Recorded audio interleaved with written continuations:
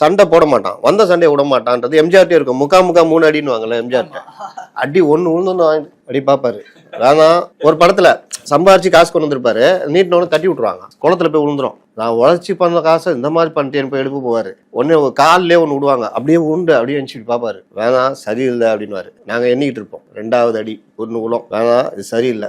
3வது அடிலாம் வாங்க மாட்டாரு, அப்படி மறிச்சு ஒன்று விழுந்துரும். அப்போ தேட்டரே வேற லெவலு. சேம் இதே தான் ரஜினியும். எல்லாருக்குமே ஹீரோவா இருக்கணும்னு ஒரு ஆசை இருக்கும். தேட்டர்ல பார்க்கும்போதே நம்மளும் அந்த மாதிரி ஆயிட மாட்டோமா அப்படின்னு சொல்லிட்டு, நீ அப்பெல்லாம் யோசிக்காத, நீ தான் ஹீரோ அப்படின்னு சொல்லிட்டு ஒரு இடத்துல ஒரு ப்ரொஜெக்ஷன் ஒன்று கிரியேட் பண்றாரு பாத்தீங்களா? அந்த ப்ரொஜெக்ஷன் எந்த மாதிரி கிரியேட் பண்றாருன்னா, ரஜினி மாதிரி சாதாரண ஒரு சட்டையை வாங்கி போட்டுக்க முடியும், நான் தலையை சிலிப்பிட்டு முடியும், எதாவது பண்ண முடியும். ஆனா கமல் மாதிரி நான் பண்ணணும்னா நான் வெள்ளையா இருக்கணும், என் ஹேர் ஸ்டைல் கலையாம இருக்கணும், ஒரு மாதிரி இருக்கணும், நான் ஒரு ஜிம் போகணும், ஒரு இது பண்ணணும். அப்ப அது மாதிரி இருக்கிற ஒரு செட்டப்ல இருக்கிற ரசிகர்கள் அவர்கள் விருப்பம். ஆனா எம்ஜிஆர் எடுத்துக்கிட்ட பாத்திரங்கள்லாம் பாருங்க, விவசாயி, தொழிலாளி, ரிக்ஷாக்காரன், எளிய மக்களுக்கு வாழ்றது, குடிசையில இருப்பாரு, அதை பேச ஒரு நல்ல இளைஞனா அந்த ஊர்ல நல்லது பண்ணுவாரு, ஏழை மக்களுக்கு நிப்பாரு, இப்படியே இருக்கும். சிவாஜி கணேசன் பாத்தீங்கன்னா அது வேற லெவல் இருக்கும். வசந்த மாளிகை. இப்போ நான் போய் தேட்டர்ல போய் 200 ரூபா கொடுத்து நான் படம் பார்க்கணும் அப்படின்னா, இந்த 200 ரூபா கொடுக்குற அளவுக்கு யாரு ஸ்டார் வேல்யூ உள்ள ஆளு அப்படின்னு ஒண்ணு பாக்குறீங்க, இல்ல யாரு டைரக்டர் உள்ள ஒரு ஆளு, பெரிய டைரக்டர் யாரு? இந்த 2 கிரைட்டீரியா வச்சுட்டு உள்ள போறோம். அதுக்கடுத்து 3வது கிரைட்டீரியா என்னன்னா ஃபீட்பேக். இப்ப டிராகன் எடுத்துக்கோங்களேன். டிராகன் அந்த ஜென்சி கிட்ஸ் எல்லாரும் படம் பார்த்து முடிச்சிட்டாங்க. ஃபர்ஸ்ட் 45 நிமிஷம் பார்க்கும்போது என்னடா படம் எடுத்து வச்சிருக்கீங்க அப்படிங்கிற மாதிரி இருந்துச்சு. அப்படியே மிஸ்கின் உள்ள என்றானோடனே படம் மாறுது. மாறினதுக்கு அப்புறம் சூப்பர் படம்டா அப்படின்னு கொண்டாடுறாங்க. கொண்டாடுனதுக்கு அப்புறம் ஒரு கூட்டம் வெளியில போகுது, இன்னொரு கூட்டத்தை உள்ள வராங்க. நான் கேட்கிறேன், விடாமுயற்சின்னு ஒரு படம், அதுல கணவன் மனைவியை கடத்துறதுக்கு முன்னாடி அந்த ஒரு டெம்போவை நம்ம கிரியேட் பண்றதுக்காக கணவன் மனைவி எவ்வளவு அந்யோன்யமா இருக்கான்னு காமிக்கிறாங்க. எங்கேயாவது நமக்கு அதுல ஐயோ இவங்க அந்யோன்யமா இருக்கான்னு எங்கேயாவது தெரிஞ்சதா? ஏன் தெரியல? நீ ஒரு மனநிலையில இருக்கிற, நீ ஹை ப்ரொஃபைலா இருக்கிற. கணவன்னா மனைவினா காலைல பூ கொடுக்கணும், ஐ லவ் யூ சொல்லணும்னு கிடையவே கிடையாது. நம்ம காலைல எழுந்துச்சு அம்மா ஐ லவ் யூ மானா, யோ பால் பாக்கெட் வரல என்னன்னு போய் ஒரு 1/2 லிட்டர் பால் வாங்கிட்டு வாங்குவாங்க. முன்னாடி ஒரு போட்டி மனப்பான்மை இருந்துச்சு.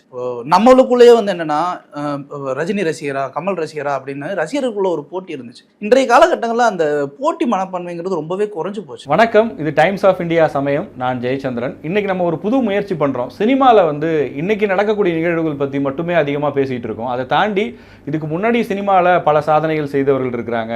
அந்த மாதிரி சினிமாவுக்கு பின்னாடி ஒரு சைக்காலஜி இருந்துகிட்டே இருக்குது எப்போவுமே. அதனால தான் ஒரு மாஸ் நடிகர்கள் உருவாகிட்டே இருக்காங்க, மக்களும் அவங்களை கொண்டாடிக்கிட்டே இருக்காங்க. அந்த மாதிரி சினிமாவில் நிறைய மற்றவங்க பேசாத விஷயத்தை இதில் நம்ம பேசணும்னு நினைக்கிறேன். இந்த மொதல் வீடியோவில் நம்ம என்ன பேச போகிறோம் அப்படின்னா, ஒவ்வொரு காலகட்டத்திலையும் ஒவ்வொரு தலைமுறையிலையும் உச்ச நட்சத்திரங்களாக இருப்பாங்க. நம்ம எம்ஜிஆர், சிவாஜி, ரஜினி, கமல், விஜய், அஜித்னு நம்ம காலகட்டத்தில் நம்ம பார்த்துக்கிட்டு இருக்கோம் இல்லையா? இந்த மாதிரி ஒவ்வொரு காலகட்டத்திலையும் அந்த சூப்பர் ஸ்டார்கள் எப்படி உருவாகிறாங்க, அதுக்கு பின்னாடி இருக்கிற சைக்காலஜி எப்படி, எத்தனையோ நடிகர்கள் இருந்தாலும் மக்கள் ஏன் ஒரு சில நடிகர்கள் பின்னாடி பெரும் திரளாக இருக்காங்க அப்படிங்கிறதையும் நம்ம பேச போகிறோம்.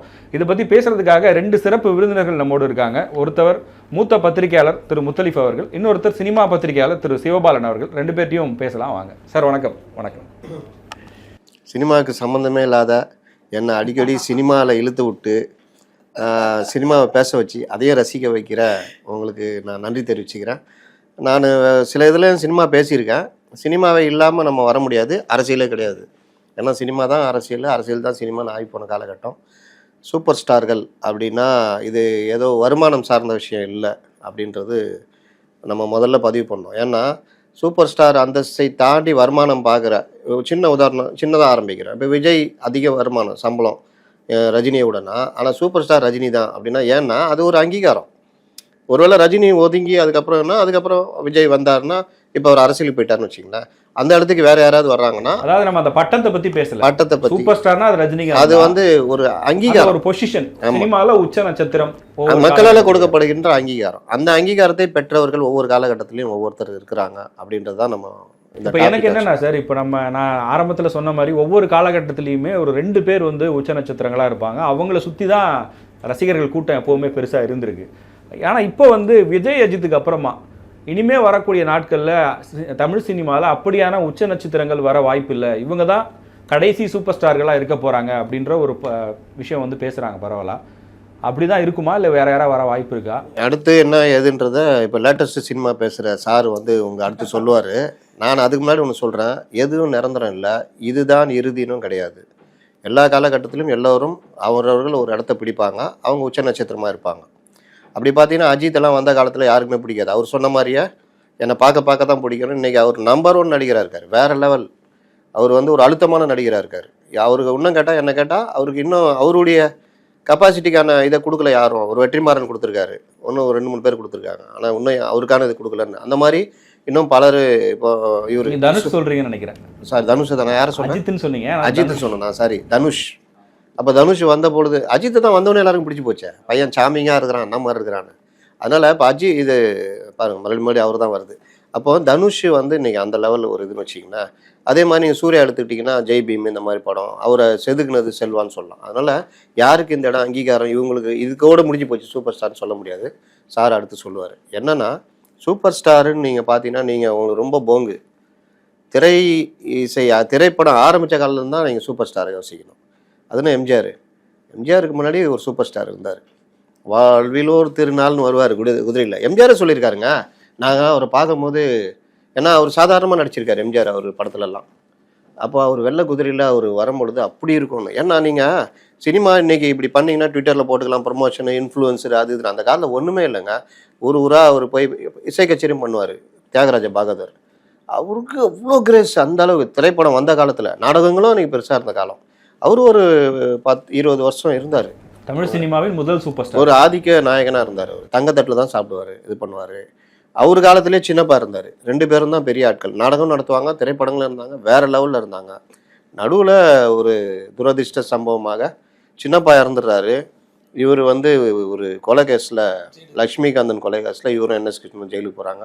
4 ஆண்டு காலம். அப்போல்லாம் இந்த இதெல்லாம் பார்க்க மாட்டாங்க. சீனியர் கவுன்சில் வந்துட்டு அதை போட்டு இதை போட்டலாம். அப்போல்லாம் court, supreme court London court தான். அதில் 4 வருஷம் உள்ளே இருந்து வெளியே வரும்பொழுது எம்ஜிஆரும் சிவாஜி என்கின்ற புயல் அந்த ஆண்டு 52 உள்ள நுழையுது, அடிச்சு நகர்த்துது. எடுத்த உடனே அந்த பராசக்தி 2 சூப்பர் டூப்பர் ஹிட்டில்.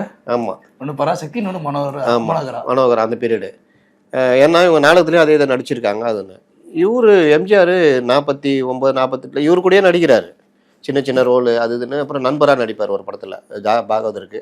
அப்படியே வந்து அவர் ராஜகுமாரி, மந்திரிகுமாரி அப்படின்னு அவர் தனியாக வந்தோன்னா, இவர்கள் 52 இவர் வெளியில் வந்து ராஜமுக்தின்னு ஒரு படம் எடுக்கிறாரு, இன்னொரு படம் எடுக்கிறாரு. ஆனால் அந்த 2 படமே அட்டர் ஃபெயிலியரு. எம்ஜிஆர்தும் சமூக படம் ஒன்று வருது, என் தங்கை, அதுவும் ஃபெயிலியரு. ஆனால் எம்ஜிஆர் நிற்கிறாரு. Sivaji Ganesan super duper hit அந்த படத்தில் அந்த டைமில். அப்போ சிவாஜி ஏற்கனவே ஜெமினி கணேசன் தனியாக சமூக படங்கள் நடித்து தனியாக இருக்கிறாரு. அப்போது அந்த 52 காலகட்டம் வரைக்கும் ஒரு சூப்பர் ஸ்டாருடைய எல்லை முடியுது. அதற்கு பிறகு தான் எம்ஜிஆர் இவங்களாம் ஆரம்பிக்கிறாங்க. இப்போ இந்த சப்ஜெக்ட்டுக்கு சார் சொல்லுவார். நீங்கள் என்ன நினைக்கிறீங்க? இந்த சூப்பர் ஸ்டார் செலிப்ரேஷனு, இந்த ஒரு டெமிகார்டு இமேஜ் இருக்கிற நடிகர்கள்லாம் இனிமேல் வரப்போகிறது இல்லையா? இன்றைக்கி ஒருத்தர் நாளைக்கு ஒருத்தர் அப்படி கடந்து போயிடுவாங்களா? அதாவது இன்னைக்கு இருக்கிற சிச்சுவேஷன் வந்து ஸ்டார் வேல்யூ அப்படிங்கிறது மக்கள்கிட்ட வந்து ஒரு பேர் வாங்கணும் அப்படிங்கிறது அன்னைக்கு வந்து ஒரு பிரதானமாக இருந்துச்சு. நடிகன் அப்படிங்கிறவங்க வந்து மக்கள் பார்த்து நம்மளை கொண்டாடணும்டா அப்படிங்கிறது. இன்றைக்கி அது வந்து ஒரு தொழில் மாதிரி ஆயிடுச்சு. ஸோ தொழில் ரீதியாக சில விஷயங்கள் மாறினதுக்கப்புறம் அதில் மக்கள்கிட்ட நம்ம பேர் எப்படி வாங்குறது அப்படிங்கிற மாதிரியான ஒரு கணக்குக்குள்ளே வர ஆரம்பிச்சிட்டாங்க. அண்ட் ரொம்ப முக்கியமாக இப்போ இருக்கிற நடிகர்லாம் ரொம்ப தெளிவாயிட்டாங்க. முன்னாடி தான் வந்து மக்கள் வந்து நமக்கு ஒரே என்டர்டெயின்மெண்ட் தான். இப்போ சார் சொன்ன காலகட்டங்களில் வந்து பார்த்திங்கன்னா ஒன்று நாடகம், அதை விட்டால் சினிமா, இது 2 தாண்டி பெருசாக பொழுதுபோக்கு அப்படிங்கிற ஒரு விஷயம் கிடையாது. இன்றைக்கி அப்படியெல்லாம் கிடையாது. இன்றைக்கி பொழுதுபோக்குறதுக்கு 1000 விஷயங்கள் இருக்குது. ஒரு ஃபோனை திறந்தா போதும், அவ்வளோ விஷயங்கள் வரிசையாக வந்துக்கிட்டே இருக்குது.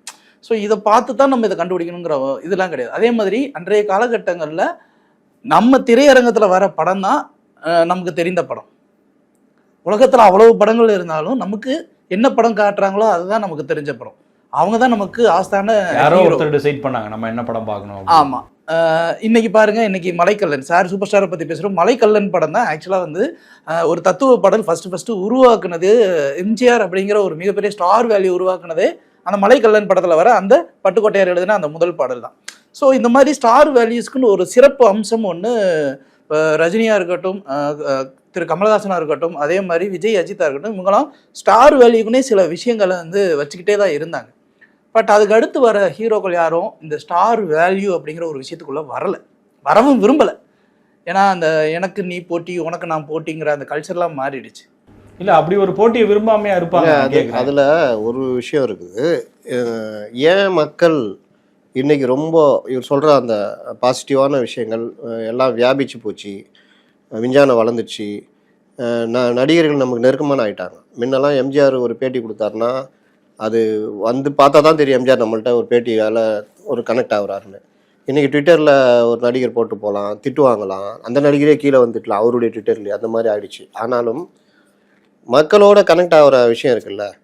பாகவதர் காலத்துக்கு அப்புறம் இப்போ சிவாஜி எம்ஜிஆர்னு வரும்பொழுது சிவாஜி கணேசன் அவர் நடிப்பில் ஒரு நடுத்தர மக்கள், ஒரு மாதிரியான ஒரு அமைதியை விரும்புகிறவர்கள், ஒரு மாதிரி மக்கள்கிட்ட ஒரு நடிப்புனா இதுன்னு விரும்புவாங்கல்ல, அந்த மாதிரி ஒரு கிளாஸில் போய் ரீச் ஆனார். ஆனால் எம்ஜிஆர் வேறு, திரையுலக இது அரசியலுக்கு எப்படி பயன்படுத்தலான்னு கொண்டு வந்த ஒரு எம்ஜிஆர். அப்போ எம்ஜிஆருடைய ஒவ்வொரு கட்டத்துலேயுமே அவர் தன்னை எப்படி சொல்கிறார், ஒரு படத்தில் அஜித் சொல்லுவார்ல, ஒவ்வொரு கட்டத்தில் என்னை செதுக்கிக்கிட்டார். அந்த மாதிரி எம்ஜிஆர் செதுக்கிக்கிட்டார். அந்த மலைக்கல்லன் சொல்கிறாரு. அதுக்கு முன்னாடியே பார்த்தீங்கன்னா நீங்கள் அவர் சொந்த படம் எடுத்தார்ல, நாடோடி மன்னன், அதுலேயே அற்புதமான பாடல்கள். எம்ஜிஆர் இப்போ திரும்பி திருடாதே படம் வரும், அதில் பார்த்தீங்கன்னா திருடாதே பாப்பா திருடாதேன்னு வரும், அரசியலங்குமரில் பாட்டு வரும். அந்த மாதிரி பட்டுக்கோட்டைன்னு இல்லை, பட்டுக்கோட்டை நம்ம இவர் மருதகாசி யார் இருந்தாலும் எம்ஜிஆர் கவனம் செலுத்தினார். இன்றைக்கி அந்த நடிகர்கள் யாரும் பண்ணுறதில்ல, ரஜினியும் பண்ணுறதில்ல. கேட்டால் டைரக்டர்கள் நடிகர்ன்றாங்க. டைரக்டர் நடிகர்னா அவங்க எனக்கு என்னன்னு ஒரு வழி பண்ணி விட்டு போயிடுறாங்க. ஆனால் எம்ஜிஆர்ட்ட அது நடக்காது. இன்னொரு விஷயம் சார் சொன்னதில் ஒரு விஷயத்த நானும் சொல்லி ஆகணும். இன்னைக்கு இப்போ பெரிய ஹீரோக்களே ஜெயிக்கிற டேரக்டர் தேடி போடுற காலம் வந்துருச்சு. ஆனால் இதே ரஜினி கமல் அவர்கள் முன்னாடி ஜெயிக்கிற டேரக்டர் அப்படின்லாம் போகலை. அவங்களுடைய தயாரிப்பாளர், அவங்களுடைய இயக்குனர் ஒரு நஷ்டத்தில் இருக்காங்கனாலுமே கூட முதல்ல இறங்கி நின்று, சார் உங்களுக்காக ஒரு படம் நான் பண்ணுறேன் சார், இந்த நஷ்டத்தை நீங்கள் இது பண்ணிக்கோங்க சார். இது எம்ஜிஆர் விகேஆர் இருக்குல்ல, விகே ராமசாமி அவர்களுக்கெல்லாம் அது பண்ணியிருக்காரு. இதே மாதிரி இந்த இப்போ ப்ரொடியூசர்ஸ் ஹீரோ, டேரக்டர்ஸ் ஹீரோ அப்படின்றதுக்கு ரீசன் என்னென்னா, அன்னைக்கு ஒரு இயக்குனர் படுக்கிறாரு அப்படின்னா அந்த இடத்துல இருக்கும். ஃபார் எக்ஸாம்பிள் தேவர் மண் படத்தப்போ ஜிஎன் ரங்கராஜன், இப்போ ஜிஎன்ஆர் குமரவேலனுடைய அப்பா ஜிஎன் ரங்கராஜன் ரொம்ப கஷ்டத்தில் இருக்காரு. ஒரு 10 நாள் கால் ஷீட் வரை என்னை வச்சு ஒரு காமெடி படம் பண்ணீங்க அப்படின்னு சொல்லிட்டு தேவர் மண் கெட்டப்பையே மாற்றாமல் ஒரு படம் பண்ணார். அந்த படத்துடைய பேர் மகாராஜன். அந்த படம் காமெடி படம் தான், லோ பட்ஜெட் எடுக்கப்பட்ட படம் தான், செம ஹிட். போட்ட கடன் எல்லாத்தையும் கழிச்சிட்டு நிம்மதியாக செட்டில் ஆகிட்டாங்க. ஸோ அன்னைக்கு இருந்த ஹீரோக்கள் ஏன் நம்ம கொண்டாடப்பட்டாங்கன்னா, திரையுலகத்துலேயும் கொண்டாடப்பட்டாங்க, அதே மாதிரி வர்த்தக ரீதியாக சினிமாவுலேயும் டிஸ்ட்ரிபியூட்டர் சைட்லேயும் கொண்டாடப்பட்டாங்கன்னா, ஒரு நஷ்டம் வந்துருச்சுனாலும் கூட நம்மளை எப்படியாவது ஒரு இடத்துல காப்பாற்றி விட்டுருவாங்க அப்பான்ற ஒரு நம்பிக்கை இருக்குது. அந்த ஒரு மனிதாபிமானம் இருந்தது. அந்த வகையில் பார்த்தீங்கன்னா ஜெய்சங்கர் சொல்லலாம், வெள்ளிக்கிழமை நாயகன் சொல்லுவாங்க. படம் ஃபெயிலியர் ஆகிடுச்சுன்னா சம்பளம் வாங்க மாட்டார். சில படங்களை அவரே பண்ணி கொடுப்பாரு, ரொம்ப லோ பட்ஜெட்டு. அப்போ வெள்ளிக்கிழமை ஒரு படம் வந்துக்கிட்டு இருக்கும். இவர்களுக்கு இணையாக ஒரு இளம் நடிகர், இப்போ எம்ஜிஆர்லாம் கொஞ்சம் 40 வயசுக்கு மேலே வந்தார்னா, எம்ஜிஆருடைய 50 வயசில் இருக்கும் பொழுது ஜெய்சங்கர் வரும்பொழுது ரொம்ப சாமிங் ஹீரோ, பார்க்குறதுக்கு ஒரு அற்புதமாக ஒரு காலேஜ் ஸ்டூடெண்ட்டு, ஒரு நடுத்தர வயசு வீட்டில் இருக்கிற ஒரு பையன், இந்த மாதிரி ரோல்கள்லாம் பண்ணும்பொழுது பாலச்சந்தர் இவங்கெல்லாம் அதிகமாக பயன்படுத்தினாங்க. அது இல்லாமல் சிஐடி சங்கர்னு தனியாக அவர் ஜேம்ஸ் பாண்டா இவர் தான்ற மாதிரி கொண்டு வந்துட்டாப்புல. அப்போ அதுனா எம்ஜிஆருக்கே பிரச்சனை அந்த மாதிரி டைமில். அதெல்லாம் மீறி தான் எம்ஜிஆர் நின்றுக்கிட்டு இருந்தார்னு வச்சிங்களேன். அப்போ அந்த மாதிரி அவர் பண்ணி கொடுத்தாரு. இப்போ நம்ம இந்த சூப்பர் ஸ்டார் ஏன் மக்கள்கிட்ட இன்றைக்கி இருக்கிறவங்க பண்ண முடியலன்னா, ஏதோ ஒரு வகையில் மக்கள்கிட்ட கனெக்ட் ஆகணும், அது நல்ல விஷயமா இருக்கணும், ஜனங்களை கவர்ற விஷயமா இருக்கணும். அதில் எம்ஜிஆர் ரொம்ப கவனம் செலுத்தினார். என்ன மாதிரி சார்? இப்போ எனக்கு அதான் ஒரு சந்தேகம் என்னென்னா, இப்போ நீங்கள் எம்ஜிஆர், நான் இந்த ஜென்ரேஷனை நான் எனக்கு தெரிஞ்சதுனால நான் கேட்குறேன். இப்போ எம்ஜிஆர், சிவாஜி, ரஜினி, கமல், விஜய், அஜித், இந்த 3 தலைமுறையை எடுத்துக்கிறேன் நான். அதில் எம்ஜிஆர் அப்படின்னா அவ்வளோ ஒரு அழகு, அவரை பார்த்தாலே அப்படி இருக்கும் அப்படின்னு சொல்லுவாங்க. அப்போ அவர் மேலே ஒரு ஈர்ப்பு இருக்குன்னு நம்ம புரிஞ்சுக்கலாம். அடுத்த ஒரு ஜென்ரேஷன் வருது ரஜினிகாந்த். அந்த இலக்கணங்களுக்குள்ளே வராத ஒரு மனிதர். அவர் ஸ்கின் டோனாக இருக்கட்டும், அவருடைய ஹேர் ஸ்டைல் எல்லாமே வேறு மாதிரி இருந்துச்சு. ஆனால் அவரை தூக்கி வச்சு கொண்டாடுறாங்க. அதுக்கு அடுத்து ஒரு ஜென்ரேஷன் வருது விஜய், அஜித்துன்னு பார்க்கும்போது அஜித்துக்கு தான் அந்த மாதிரியான ஒரு இமேஜ், ஒரு கலராக இருக்கட்டும் நம்ம ஆச்சரியப்பட்டு பார்க்குற இது. விஜய் அப்படின்னா நம்மள ஒருத்தர் தான். அப்போ ஒவ்வொரு காலகட்டத்திலுமே அது மாறிட்டே இருக்கு. அப்போ அது எந்த சைக்காலஜி அடிப்படையில் ஒருத்தர் ஒவ்வொரு காலகட்டத்தில் எது மாறுதுன்னா, மக்களுடைய ரசனைகள் கொஞ்சம் கொஞ்சம் மாறுது. ஆனால் அடிப்படை ஒன்று இருக்குல்ல. இப்போ எம்ஜிஆர் பார்த்தீங்கன்னா ஹீரோவுடைய இலக்கணத்துக்குடைய முழுமையாக இருந்தவர். பெண்களை இதாக பேச மாட்டார், நல்ல கருத்துக்கள் பேசுவார். தண்ணி அடிக்கிற சீன் இருக்கு, தண்ணி அடிக்கிற சீன், புகைப்பழம் கிடையாது. இன்னொன்று சிவாஜி அதே பீரியடில் தண்ணி அடிக்கிறது, புகைப்பழக்கம், காதல் தோல்வி, குடும்பத்தில் இருக்கிற கஷ்டம் நஷ்டம்னு. அது ஒரு எப்பவுமே உலகம் 2, இருள் வெளிச்சம், கருப்பு சிவப்பு, இந்த மாதிரி எல்லாமே 2 தான். அதில் இவர் ஒரு பாட்டுனா சிவாஜி ஒரு பாட்டு, 2 பேரலாக தான் வந்திருந்தாங்க. ஆனால் எம்ஜிஆர்ன்ற குதிரை கொஞ்சம் முன்னாடியே ஓடிட்டு இருந்தது. அதுக்கு அவருடைய தனித்தன்மைகள் பல இது காரணம். என்ன காரணம்? பாடல்களில் ஒரு அற்புதமான கருத்துக்களை வைக்கிறது. சிவாஜியும் வச்சு பார்த்தாரு, எடுபடல. ஆனால் எம்ஜிஆர் பாடல்களில் கண்டிப்பாக அந்த கருத்து இருக்கும், செயல்களில் இருக்கும், ஒவ்வொன்றுத்துலேயுமே இருந்தது. எல்லாத்துக்கும் மேலே அரசியலோடு அவர் ட்ராவல் பண்ணும்பொழுது இன்னும் அதிகமான இது குறிப்பாக பெண்களை கவர்றதுக்கான விஷயங்கள், பெண்களை மதிக்கிற விஷயத்தை எந்த காலத்துலையும் அது இருக்கும். அடுத்து யாராவது வரும்போது ரஜினி வராருன்னு வச்சிங்களேன், ரஜினி வரும் காலகட்டங்களில் ஹீரோக்கள் இப்படி இருக்குன்னு சலிச்சு போச்சு. என்னடா ஹீரோ, அதே மாதிரி தான் நடித்தார் விஜயகுமார், அழகாக இருப்பார், ரஜினியோட சாமிங்காக இருப்பார். ஆனால் அவர் எம்ஜிஆரையும் சிவாஜியும் கலந்து நடிப்பார். அப்போ ஜனங்க எல்லாத்தையும் கொடுத்துருப்போம். நீங்கள் ஒரு இது வருது, ஒரு மாறுதல், எல்லா மரபுகளையும் உடைக்கணுன்றோம்ல, இப்போ கூட நம்மள பேசியிருந்தோம். அதை உடைக்கும் பொழுது நீங்கள் அதே இல்லைங்க இப்படி தான் பண்ணுவோம் அப்படின்னா, இல்லைங்க நான் அது விரும்பலன்னு ஜனங்க மாறுறாங்க. அப்போ தான் ரஜினியுடைய அந்த என்ட்ரி வரும் பொழுது ஹீரோவுடைய மரபுகளை உடைக்கிறாரு. ஆனால் அடிப்படை விஷயங்கள் இருக்குல்ல, ரஜினி பாருங்க, நீங்கள் அப்படியே வர்றாரு, பல படங்கள் பண்ணுறாரு, தான் நிலைநிறுத்திக்கிறதுக்காக. அவர் ஆர்ட் ஃபிலிம் அளவுக்குலாம் பண்ணியிருக்காரு. தப்பு தாளங்கள்லாம் பார்த்தீங்கன்னா கிட்டத்தட்ட ஆர்ட் ஃபிலிம் மாதிரி தான், முள்ளும் மலரும் இது எல்லாமே. ஆனால் ரஜினி ஒரு கட்டத்துக்கு மேலே பெண்கள் குழந்தைகள்கிட்ட ரீச் ஆகிற மாதிரி அவர் மாறுறாரு. பாடல்கள் ஒரு பக்கம், அவருடைய காதல் சீன்லாம் பார்த்துருக்கீங்களா? கமலஹாசன் அந்த மாதிரி இருக்காது, ரொம்ப நெருங்க மாட்டார், லைட்டாக தொடுவார், ஒரு இல்லாட்டி பாக்கெட்டில் கை விட்டு அப்படி கூட நடந்து போகிற மாதிரி இருக்கும். இது எல்லாமே பார்த்தீங்கன்னா ஒரு இயல்பான யதார்த்தமான ஒரு ஹீரோ, நம்மள ஒருத்தன் நம்ம அப்படின்ற மாதிரி தான் இருக்கும்.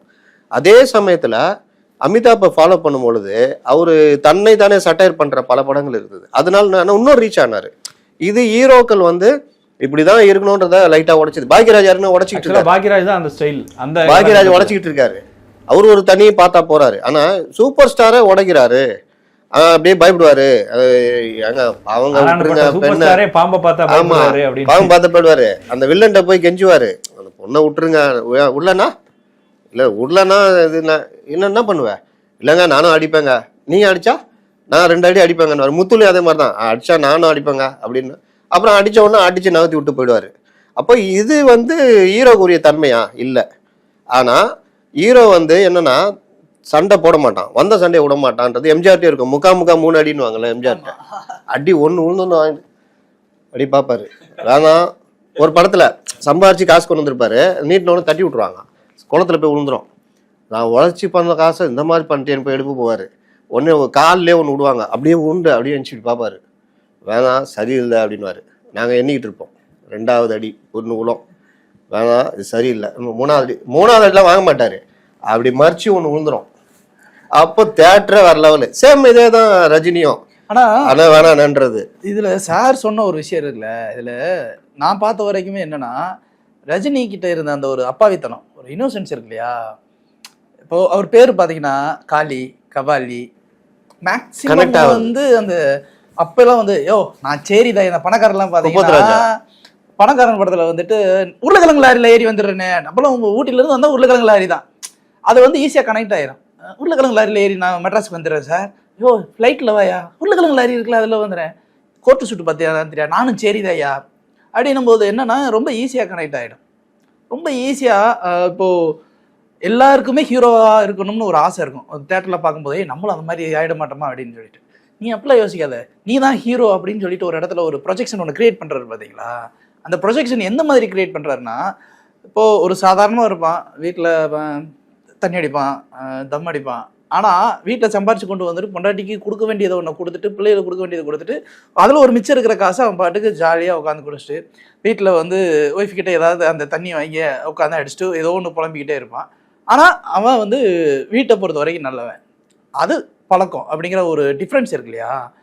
இந்த எம்ஜிஆர் காலத்தில் வந்து இந்த உத்தம புருஷன், ஹீரோன்னா நல்லவன் தான் அப்படிங்கிற அந்த ஒரு இமேஜை முதல்ல உடைச்சிட்டு, ஹீரோவுக்கு சில கெட்ட பழக்கங்கள் இருக்கலாம், ஆனா அவன் சமுதாயத்துக்கு கெட்டவன் கிடையாது அப்படிங்கிற ஒரு விஷயத்த பிரிச்சு, நான் அப்பாவி தான், நானும் ஜாலியா இருப்பேன் தான், ஆனா என்னோட சந்தோஷம் எவனையும் கெடுக்காது அப்படிங்கிற ஒரு இமேஜை கிரியேட் பண்றாரு பாத்தீங்களா. அந்த இமேஜை கிரியேட் பண்ணும்போதே அதில் ஒரு இன்னோசென்ஸ், ஐயோ எனக்கு அதெல்லாம் தெரியாதுங்க, நான் அந்த அளவுக்குலாம் படிக்கலைங்க, நான் சாதாரண ஆளுங்க, இப்படியே அந்த ஒரு பேர் அவர் வச்சிருக்க டைட்டில்லாம் பார்த்தீங்கன்னா ரொம்ப சாதாரண டைட்டிலு, ரொம்ப ரொம்ப வேலைக்காரன், படிக்காதவன், இந்த மாதிரிலாம் டைட்டில் சாமானிய மக்களோட கனெக்ட் ஆகிற மாதிரி சொல்றீங்க. இப்போ கமலஹாசனும் கமர்ஷியல் படங்கள்லாம் பண்ணியிருக்காரு, ஆனால் அவரால் ஏன் ரஜினி இடத்துக்கு வர முடியல? ஒரு ஆக்டிங்ல கிங்கு தான், ஆனால் அந்த சூப்பர் ஸ்டார்டம்குள்ளே ஏன் வர முடியல? அதுக்கு காரணம் என்னன்னா, கமல்ஹாசன்ங்கிறது அதற்கு முன்னாடியே ஒரு பெரிய நடிகர். இப்போ ஃபார் எக்ஸாம்பிள் நம்ம இந்த ஜென்ரேஷனோட கம்பேர் பண்ணணும்னு வச்சுங்களேன், சிவகார்த்திகேயன், ஜெயம் ரவியும் எடுத்துக்குவோம். ஜெயம் ரவி சிவகார்த்திகேயன் ஃபீல்டு வர்றதுக்கு 10 வருஷத்துக்கு முன்னாடியே வந்துட்டார். ஜெயம் ரவி ஒரு இமேஜை கிரியேட் பண்ணி செட் பண்ணி வச்சுட்டார். சிவகார்த்திகேயன் வரும்போதே வந்து குழந்தைகளை அட்ராக்ட் பண்ணி ஒரு இமேஜுக்குள்ளே வராரு. அவர் வந்து காமெடியும் பண்ணுவார். அவர் வந்து ஃப்ளெக்சிபிளான ஆள். இப்போ ஒரு ஆக்ஷன் ஹீரோவாக அவர் மாறுறாரு. அவர் ஸ்டார் வேல்யூ கொஞ்சம் கொஞ்சமாக ஏற்றி ஒன்று கொண்டு வர்றாரு. இப்போ ஜெயம் ரவி ஒரு இமேஜ் கிரியேட் பண்ணிட்டோம். இப்போ ஜெயம் ரவியால் இறங்கி இந்த சிவகார்த்திகேயன் ஸ்டேஜுக்குள்ளே வர முடியாது. அதே மாதிரி தான் அன்றைய காலகட்டங்களில் கமல்ஹாசன் குழந்தை நட்சத்திரத்திலிருந்து மலையாளத்தில் நிறைய படங்கள் பண்ணி அவரோட ஸ்டைலில் ஒரு படம் பண்ணி ஒரு இமேஜை கிரியேட் பண்ணிட்டார். இப்போ அவர் கிரியேட் பண்ண இமேஜுக்கும் ரஜினிகாந்த் உள்ள என்ட்ரி ஆகும்போது ஒரு வில்லனா உள்ள என்ட்ரி, ஃபர்ஸ்ட் வில்லன். அப்போ என்ன ஆகும், வில்லன்ப்பா அப்படிங்கும்போது அதுலேருந்து வந்து லோக்கல் ஆளுப்பா அப்படிங்கிறது. இப்போ வில்லன்றது ஓரளவுக்கு பிடிக்கும். அடுத்து லோக்கல் ஆளுப்பாங்கிறது எல்லாருக்கும் பிடிக்கும். அதுக்கப்புறம் வந்து குழந்தைத்தனமாக நடிகராக இருப்பாங்கிறது, அப்புறம் அவரோட ஸ்டைலுக்கு பிடிக்கும். இப்படி ஒவ்வொரு படிநிலையாக அவர் உயர்றாரு. இப்போ இந்த இடத்துல வந்து என்னன்னா, கமல் சார்னா இப்படி தான் நல்லவங்கப்பா இந்த மாதிரி ஒரு இமேஜ்னு சொல்லிட்டு ஒரு செட் ஆஃப் பீப்புள் வந்து மைண்டில் ஃபிக்ஸ் பண்ணிட்டாங்க. இப்போ அதை ஃபிக்ஸ் பண்ணிட்டு கமலால் இறங்கி இந்த இடத்துல வந்தாலுமே கூட இந்த டெவலப்மெண்ட் இருக்கு இல்லையா, அது வந்து அந்த நிற்காது.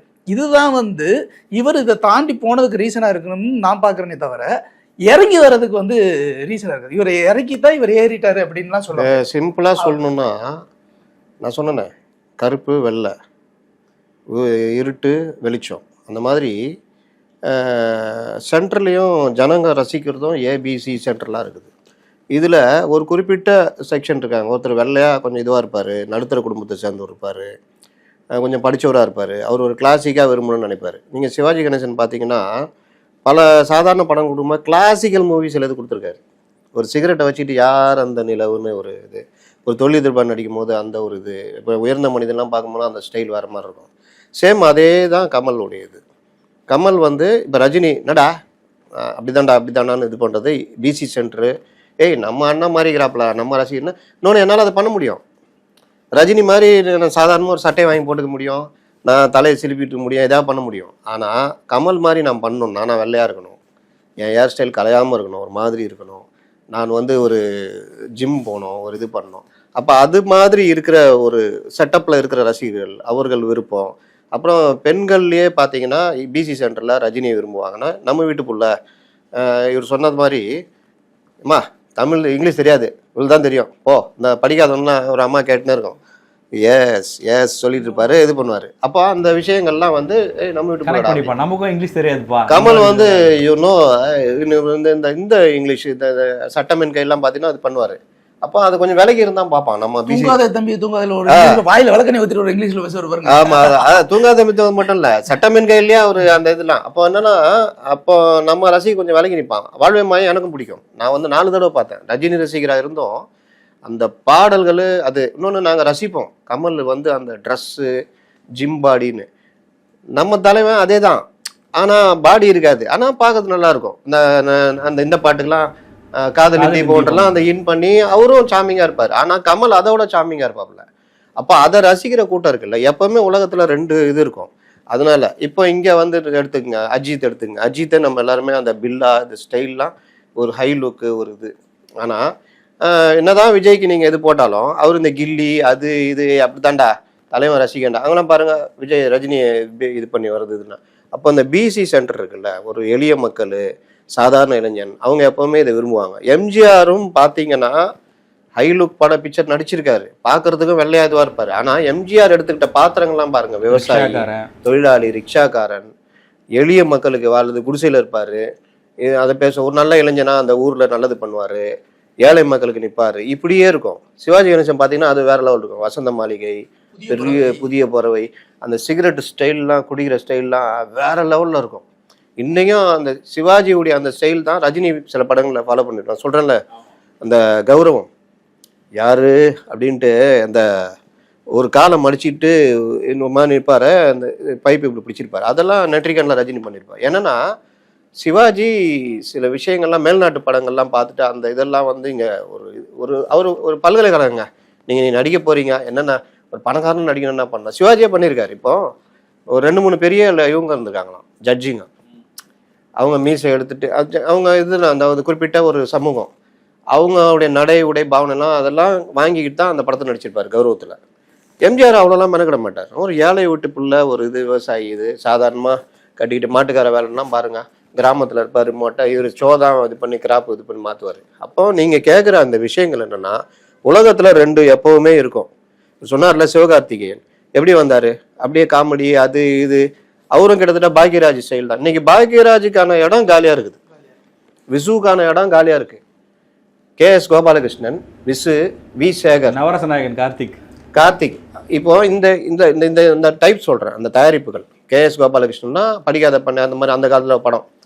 அதுக்கப்புறம் விசு, இந்த குடும்ப சார்ந்த படம், சம்சாரம் மின்சாரம் அந்த மாதிரி வீட்டில் இருக்க பிரச்சனைகள் பேசுறது. அடுத்து வி சேகர், குடும்ப பிரச்சனை. நடுவில் இவரு தன்னை தானே சட்டையர் பண்றது ஒரு மணி இருக்குன்னா பாக்யராஜ். இந்த கேப் அப்படியே இருக்கு. பாண்டியராஜன் பிக்சர் இதெல்லாம் இன்னைக்கு என்ன ஆயிடுச்சுன்னா, டைரக்டர் காலம் குரூரமா எடுக்கிறது. சார் போறீங்க சார், வர்றாங்க 100 பேர் வராங்க சார், 2 கையை அப்படி நீட்டுறீங்க சார், அப்படியே 50 பேர் அப்படியே போய் இருந்து லைட் போஸ்டர் தச்சு காருங்க 3 பல்ட்டி அடிக்குது சார். இதுக்கு மட்டும் பல லட்சம் செலவு பண்ணிப்பான். விசிட்ட கொடுத்தா ஒரு படமே எடுத்துருவாரு. உண்மையா இல்லையா? 35 லட்சம் கொடுத்தாங்க, 11 லட்சம் திருப்பி கொண்டு போய் சார். இப்போ ட்ரெண்ட் மாறிடுச்சு சார். முன்னாடி படத்தோட ப்ரொடக்ஷன்ஸ்க்கு ஒரு செலவு பண்ணிட்டு இருந்தாங்க, இப்ப எல்லாம் படத்தோட ஹீரோவுக்கு மட்டுமே ஒரு பெரிய செலவு, ப்ரொடக்ஷன்ஸ். அதனாலதான் என்ன ஆகுதுன்னா ஃபெயிலியர் ஆகுது. நீங்க சொன்னீங்கல்ல, பல நல்ல படங்கள், அற்புதமான படங்கள், அற்புதமான கலைஞர்கள் தியேட்டருக்கு போனால், சார் 11 பேர் வந்தால் தான் நாங்கள் படம் ஓட்டுவோம், டிக்கெட் வாங்கியிருப்போம், 10 பேருக்கு நம்ம வெயிட் பண்ணுவோம், இல்லைன்னு ஒன்று அதுதான். அப்போ அந்த படம் தியேட்டரில் ஸ்க்ரீனிங் கிடைக்காது, அது கிடைக்காது. இது எல்லாமே ஒரு திரையுலகளை பாதிக்கிற விஷயம். இது கூட பேச வேண்டிய பெரிய சப்ஜெக்ட்டு. ஆனால் இந்த சூப்பர் ஸ்டார்கள் யாரா அந்த இது வந்து இப்போ விஜய் அஜித்துக்கு அப்புறம் யார் அப்படின்னா, இன்னைக்கு அந்த போட்டி குறைஞ்சிருக்கு. ஏன்னா இப்போ இவர் சொல்கிற மாதிரி ட்ரெண்டு மாறி இருக்கு, டைரக்டர்களுடைய இது பிரம்மாண்டம். அப்போ பிரம்மாண்டத்தில் நடிக்கிறவங்க தான் சூப்பர் ஸ்டாரா? வலிந்து திணிக்கிறீங்க எங்கள்கிட்ட. ஆனால் அதே சமயத்தில் சிவகார்த்திகேயன் வந்து சாதாரணமாக 2 படம் ஹிட் அடிச்சு விட்டு போயிடுறாப்புல. இந்த சைடு தனுஷ் திடீர்னு வராப்புல, திருச்சி 100 கோடி படம். பிரதீப் ரங்கநாதன் சின்ன டைரக்டர் வந்து ஒரு 100 கோடி அடிச்சு விட்டு போறாப்புல. மஞ்சுமல் பாய்ஸ்னு ஒரு மலையாள படம் வருது, அதை அடிச்சுட்டு போகுது. அப்போ சப்ஜெக்டும் ஒரு பக்கம், கிரைமர். நம்ம மலையாள படத்தை பார்த்து பல விஷயம் தெரிஞ்சுக்கணும். என்னதான் அங்கே மம்முட்டி மோகன்லால் சூப்பர் ஸ்டார் இருந்தாலும் இன்னைக்கு அந்த இடத்த அடுத்து நிரப்பறதுக்கு ஆள் கிடையாது. இல்லை ஒன்றும் இல்லை, டிடிஎஃப் வாசன் வந்து வெறும் பைக் ஓட்டி வீடியோ போடுறாப்புல, அவருக்கு அவ்வளோ ஃபாலோயர்ஸ், எங்கே போனாலும் பார்க்கறதுக்கு ஃபோட்டோ எடுக்கிறதுக்கு வராங்க. அப்போ ஸ்டார்ன்றது யாரு அப்படின்றது மாறிடுச்சு. இல்லை அதானே அவர் சொன்னார், மக்கள் பறந்துபட்ட பொழுதுபோக்கு தளம். உங்களுக்கு இன்னைக்கு படங்கள் வந்து பார்க்கறதுக்கு வந்து அன்னைக்கு ஒரு தியேட்டரில், அது ஏபிசியில் ஷிஃப்டிங் பேசிஸில் ஒரு வருஷத்துக்கு முன்னாடி ரிலீஸ் ஆன படம் தான் டென்ட் கோட்டாயில் வந்து 5 ஷோ 4 இன்டர்வியூல நான் படம் பார்த்துருக்கேன். கேப்டன் பிராரம் படம்லாம் நான் பார்க்கும்போது வந்து அதை தர டிக்கெட்டில் உட்காந்து 1.5 ரூபான்னு நினைக்கிறேன். 4 இன்டர்வல், ஏன்னா ப்ரொஜெக்டர் கிழிஞ்சிரும், தேட்டர் ஸ்க்ரீன் எரிஞ்சிரும். 4 இன்டர்வல் விடுவாங்க. ரெகுலர் இன்டர்வல் ஒன்று, இடையில 1 மணி நேரத்துக்கு ஒரு இன்டர்வல், அடுத்து 1/2 மணி நேரத்துக்கு ஒரு இன்டர்வல்னு கொடுப்பாங்க. அப்படியெல்லாம் வந்து டென்ட் கோட்டாயில் வந்து படம் வந்து ஷிஃப்ட் ஆகி வந்து படம் பார்க்கும்போது நமக்கு தெரிஞ்சது அவ்வளோதான். அந்த ஒரு பொழுதுபோக்கு, அந்த ஊருக்கு அது மட்டும்தான் பொழுதுபோக்கு தலை அப்படின்னா அது மட்டும் தான் நம்ம பார்ப்போம். இன்னைக்கு அப்படிலாம் கிடையாது. ஃபோனில் நீங்கள் திறந்தீங்கன்னா சாதாரண ஒரு எம்எக்ஸ் பிளேயர்லேயே ஒரு 1000கணக்கான படம் இருக்குது. ஒரு யூடியூப் திறந்தீங்கன்னா லட்சக்கணக்கான படம் இருக்குது. இதை தாண்டி நீங்கள் எத்தனையோ ஆப் இருக்குது. இவ்வளோ படங்களும் நீங்கள் சேகரித்து வைக்கிற அளவுக்கு உங்கள்கிட்ட டைம் இருக்கான்னா கிடையாது. இதை தாண்டி நீங்கள் என்னென்னா செலெக்ஷன் ப்ராசஸ்க்குள்ளே வந்துடுறீங்க, ஃபில்ட்ரேஷன் ப்ராசஸ்க்குள்ளே வந்துடுறீங்க. இப்போ நான் போய் தேட்டரில் போய் 200 ரூபா கொடுத்து நான் படம் பார்க்கணும் அப்படின்னா, இந்த 200 ரூபா கொடுக்குற அளவுக்கு யார் ஸ்டார் வேல்யூ உள்ள ஆள் அப்படின்னு ஒன்று பார்க்குறீங்க, இல்லை யார் டைரக்டர் உள்ள ஒரு ஆள், பெரிய டைரக்டர் யார். இந்த 2 கிரைட்டீரியா வச்சுட்டு உள்ளே போகிறோம். அதுக்கடுத்து 3வது கிரைட்டீரியா வந்து என்னென்னா ஃபீட்பேக், ரிவ்யூவர்ஸ் ஃபீட்பேக் கிடையாது. இப்போ ஒரு படம் பார்த்துட்டு ஒரு குரூப் சொல்லும் இல்லையா, இந்த இவங்கெல்லாம் வந்து ஒரு சார் எல்லாருமே வந்து அந்த வேணாம் சார், அது பெரிய சப்ஜெக்ட் சார், மக்கள் மட்டும் எடுத்துக்குவோம் சார். மக்கள் வந்து இப்போ ஒரு குரூப் பார்க்குறாங்க, பார்த்துட்டு வந்து பக்கத்தில் சொல்லுவாங்களா, மவுத் டாக் தான் சார் எப்போவுமே வந்து ஆடியன்ஸை திருப்பி புல் பண்ணி உள்ளே உட்கார வைக்கிறது. மவுத் டாக்ல இந்த படம் நல்லா இருக்குடா போய் பாருடா. லப்பர் பந்தெல்லாம் ஏன் ஹிட் ஆச்சுன்னு நினைக்கிறேன், சேது காலத்துல இருந்தே வந்து இந்த மவுத் டாக் மட்டும் நமக்கு யாருக்கு என்ன தெரியும், எப்படி ஹிட் அடிச்சு. கதையா பார்த்தாலும் ஒன்றும் பெரிய கதை இல்லை, ரொம்ப சாதாரண லைன் தான், ஒன்றும் கிடையாது எடுக்கப்பட்ட விதம். அப்போ உங்களுக்கு மவுத் டாக் அப்படிங்கிறது ஒன்று மட்டும் தான். ரிவ்யூவர்ஸ் பேசுறதுனால இங்கே யாரும் நட்டு கழிக்கிறது கிடையாது. எல்லாமே வந்து மக்களுடைய அந்த வே ஆஃப் டாக் தான். நல்லா இருக்குப்பா அந்த படம், சூப்பராக இருக்குது, எல்லாரும் போய் பார்க்கலாம் அப்படின்னு ஒரு வார்த்தை சொல்லிட்டாங்கன்னா போதும். இப்போ டிராகன் எடுத்துக்கோங்களேன். டிராகன் வந்து அந்த ஜென்சி கிட்ஸ் எல்லாரும் படம் பார்த்து முடிச்சிட்டாங்க. ஃபர்ஸ்ட் 45 நிமிஷம் பார்க்கும்போது என்னடா படம் எடுத்து வச்சிருக்கீங்க அப்படிங்கிற மாதிரி இருந்துச்சு. அப்படியே மிஸ்கின் உள்ள என்ட்ரானோடனே படம் மாறினதுக்கப்புறம் சூப்பர் படம்டா அப்படின்னு கொண்டாடினதுக்கப்புறம் ஒரு கூட்டம் வெளியில் போகுது, இன்னொரு கூட்டத்தை உள்ளே வராங்க. அப்போது மக்களே வந்து தெளிவாயிட்டாங்க, நான் செலவு பண்ணணும்னா அந்த செலவு பண்ணுறதுக்கு ஒருத்தர் அங்கே படம் இருக்கா இல்லையா நான் ஓடிடியில் பார்த்துக்கிறேன். இல்லையே எனக்கு எதுவுமே இல்லையா, எனக்கு ஒரு பிரச்சனையும் கிடையாது, என் வேலையை பார்க்குறதுக்கு எனக்கு நேரம் இல்லை, என் வேலையை பார்த்துட்டு நான் இந்த ரீல்ஸு இன்ஸ்டா ஏதாவது ஒரு காமெடி ஏதோ ஒன்று பார்த்துட்டு பொழுதுபோக்குக்கிறேன். இன்னைக்கு வந்து என்டர்டைன்மெண்ட்டுக்கு வந்து கேரண்டீடாக ஏகப்பட்ட விஷயங்கள் இருக்குது. அதனால இன்னொரு கல்ச்சர்லாம் போய்கிட்டு இந்த ரீல்ஸ் இதெல்லாம் நீங்கள் சொல்கிறீங்கல்ல, இப்போ என்டர்டைன்மெண்ட் வந்து நிறைய விதங்களில் வந்தாலும் தேட்டரில் போய் கொண்டாடி பார்க்கறதுக்கு மக்கள் தயாராக தானே இருக்காங்க. சச்சின் ரீரிலீஸ் எல்லாம் அதுதானே உணர்வு. இது ஒரு விஷயத்தில் நான் கொஞ்சம் மாறுபடுறேன். என்னன்னா வலிந்து திணிக்கப்படுறதுன்னு சில விஷயங்கள் இருக்குல்ல, அதில் தான் இப்போ பிரச்சனையே இருக்குது. நல்ல படங்களை மக்கள் கொண்டாடுறாங்க. லப்பர் பந்து அற்புதமான படம், பார்க்கிங் அற்புதமான படம், ஜே பேபி அற்புதமான படம். இந்த மாதிரி நான் சொன்னேன், வி சேகருக்கான இடம், விசுக்கான இடம்லாம் காலியாக இருக்குது. ஆனால் இங்கே எங்கே பிரச்சனை அப்படின்னு பார்க்கும்பொழுது திரையுலகமே பேன் இண்டியா அந்த மாதிரி சில விஷயங்கள்லாம் மாறுது. அப்படி மாறும் பொழுது நான் வந்து பெரிய நடிகர்களை வச்சு பெரிய பொருட்செல்ல ஒரு பாட்டு சீனுங்க, நீங்கள் சம்சாரம் அது மின்சாரம் வீட்டுக்குள்ளே பாட்டில் பாடு சம்சாரம் அது மின்சாரம் பாட்டு பார்த்தீங்கன்னா அந்த செட்டுக்குள்ளே தான் வரும். ஏன் அது நமக்குள்ளே ஒரு தாக்கத்தை உருவாக்கல, ஒரு கோபத்தையோ ஒரு உணர்ச்சியோ நம்மளை அதில் ஒன்றை வைக்கல. ஆனால் நீ ஒரு பாட்டு எடுக்கணும்னா சார் நம்ம போய் இதில் உஸ்பெசிஸ்தானில் எடுக்கலாம் சார்னா நீ என்ன ஒட்ட வைக்கிற. நான் கேட்குறேன், விடாமுயற்சின்னு ஒரு படம், அதில் கணவன் மனைவியை கடத்துறதுக்கு முன்னாடி அந்த ஒரு டெம்போவை நம்ம கிரியேட் பண்ணுறதுக்காக கணவன் மனைவி எவ்வளோ அந்யோன்யமாக இருக்கான்னு காமிக்கிறாங்க. எங்கேயாவது நமக்கு அதில் ஐயோ இவங்க அந்யோன்யமாக இருக்கான்னு எங்கேயாவது தெரிஞ்சதா? ஏன் தெரியல? நீ வந்து ஒரு மனநிலையில் இருக்கிற, நீ ஹை ப்ரொஃபைலாக இருக்கிற. கணவன்னா மனைவினா காலைல வந்து பூ கொடுக்கணும், ஐ லவ் யூ சொல்லணும்னு கிடையவே கிடையாது. நம்ம காலைல எழுந்திரிச்சு அம்மா ஐ லவ் யூ மாண்ணா, யோ பால் பாக்கெட் வரல என்னன்னு போய் ஒரு 1/2 லிட்டர் பால் வாங்கிட்டு வாங்குவாங்க. கரெக்டா?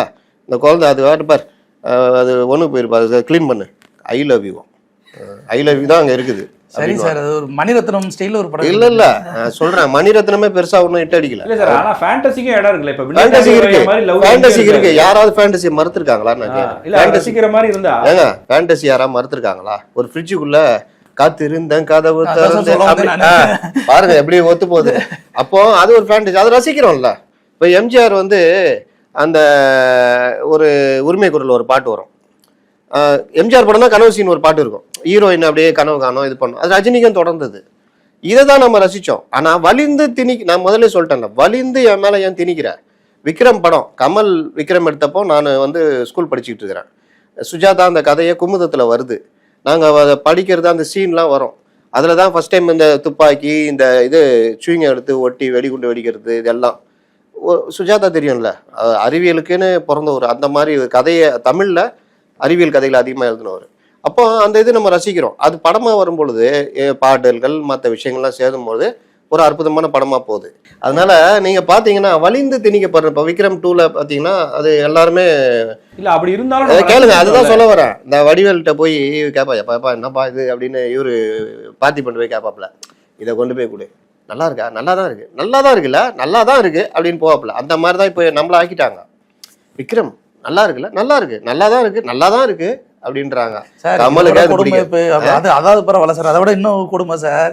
இவன் பொண்டாட்டி எல்லாம் பாத்தீங்க அவன் கண்ணுக்கு தாண்ட கடவுள் அந்த மாதிரி ஆயிடுச்சு.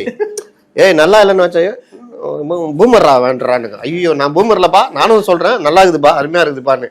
அப்போ நான் என்ன சொல்றேன், எப்பவுமேங்க நாம் தமிழர்களும் சரி தென்னிந்தியர்களும் சரி இந்தியாவே எடுத்துங்க, எல்லோரும் உணர்ச்சி காட்பட்டவர்கள், எல்லோரும் தாய்மையை கொண்டாடுபவர்கள், எல்லோருமே ஒரு நீங்கள் இன்றைக்கும் பாருங்கள், டப்புன்னு போகுது ஒரு வண்டி கீழே உழுது ஒரு அம்மா குழந்தை விழுறாங்கன்னா எல்லாரும் வண்டி நிறுத்திட்டு ஓடி போய் காப்பாற்றுவோம். அதை ஒரு ரீல்ஸ் எடுத்து போட்டால் அந்த தெய்வங்களுக்கு நாங்கள் பாராட்டு சொல்கிறோன்றா. இது ஏன் வருது? ஏன் அந்த பகல் மாலை சுட்டா நமக்கு ஏன் கோபம் வருது? ஏன்னா நம்ம எல்லோரும் உணர்ச்சி வயப்பட்டவர்கள், நாம் எல்லோரும் தாய்மையை விரும்புவர்கள், நாம் எல்லாம் இது இங்கே வந்து நீ ஏன் அந்த குரூரத்தை எடுக்கிறேன்ற? நீ டைரக்டர் தான், நீ பெரிய டைரக்டர் தான். ஏன் நெல்சனு காமெடியில் ஃபேமஸ் ஆகுறாரு? ஏன்னா நம்ம நகைச்சுவை உணர்வு மிக்கவர்கள். ஆனால் அதே நெல்சனு வேற மாதிரி எடுக்கும் பொழுது நம்ம அதை புறக்கணிக்கிறோம். என்னையா நீ ஃப்ளைட்டு கொண்டு போய் அங்கே இது பண்ணுறானா அது பண்ணுறான்னு கிண்டல் பண்ண ஆரம்பிக்கிறோம். இன்னொன்று, இந்த உலகம் இந்த ரசிகர்கள் ரொம்ப தெளிவானவங்க, நடிக்கிறாங்க. யார் படம் எடுக்கிற வேண்டிய ரசிகர்கள் நடிக்கிறாங்க. நல்லா எடுத்திருக்கப்பா சூப்பர்ப்பா அப்படின்ட்டு எடுத்துருக்காம பாரு. படத்தில் போய் இப்படின்றானா எதிர ஃப்ளைட் வரும்போது எங்கேயா எந்த ஊர்லையான்னு.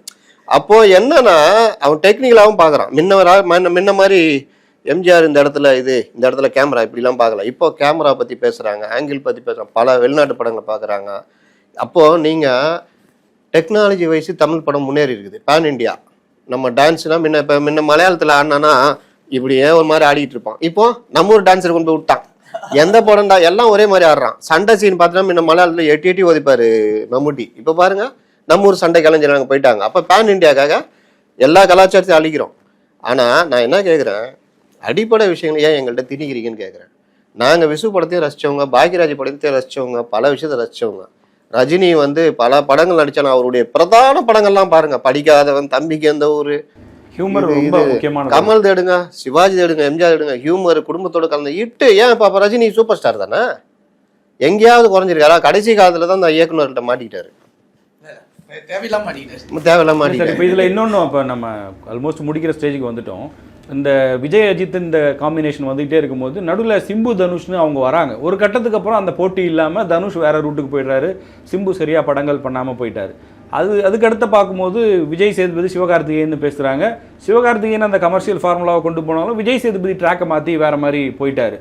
அந்த ஸ்டார் அந்தஸ்துங்கிறது எந்த எல்லா காலத்துலையும் இருந்தது, அது எல்லா காலத்துலையும் எல்லா காலத்துலையும். ரெண்டாவது வந்து என்ன சொல்ல வருதுன்னா, இப்போ உங்களுக்கு எக்ஸாம்பிள் சொல்றேன் இல்லையா, எனக்கு தியாகராஜ பாகவதர் காலத்துல தெரியல, சார் சொல்லுவாரு. ஆனா நவராத்திரி படம், அந்த படத்தப்போ வேற ஏதோ ஒரு படம் ரிலீஸு, இதனால என்ன, சிவாஜி சாரோட நவராத்திரி படம், எம்ஜிஆரோட ஒரு படம்.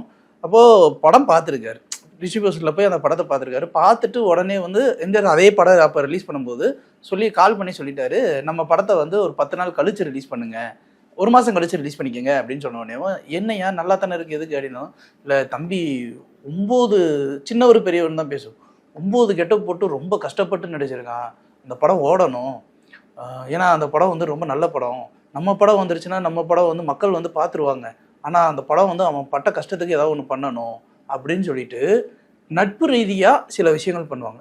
இதோட ரொம்ப முக்கியமான ஒரு விஷயம், மலைக்கல்லன் படம் ஃபஸ்ட்டு வந்து இவருக்கு வர்றது, அதே மாதிரி அன்று சிந்திய ரத்தம், அதாவது சிவந்த மண்ணுன்னு ரிலீஸ் ஆனது.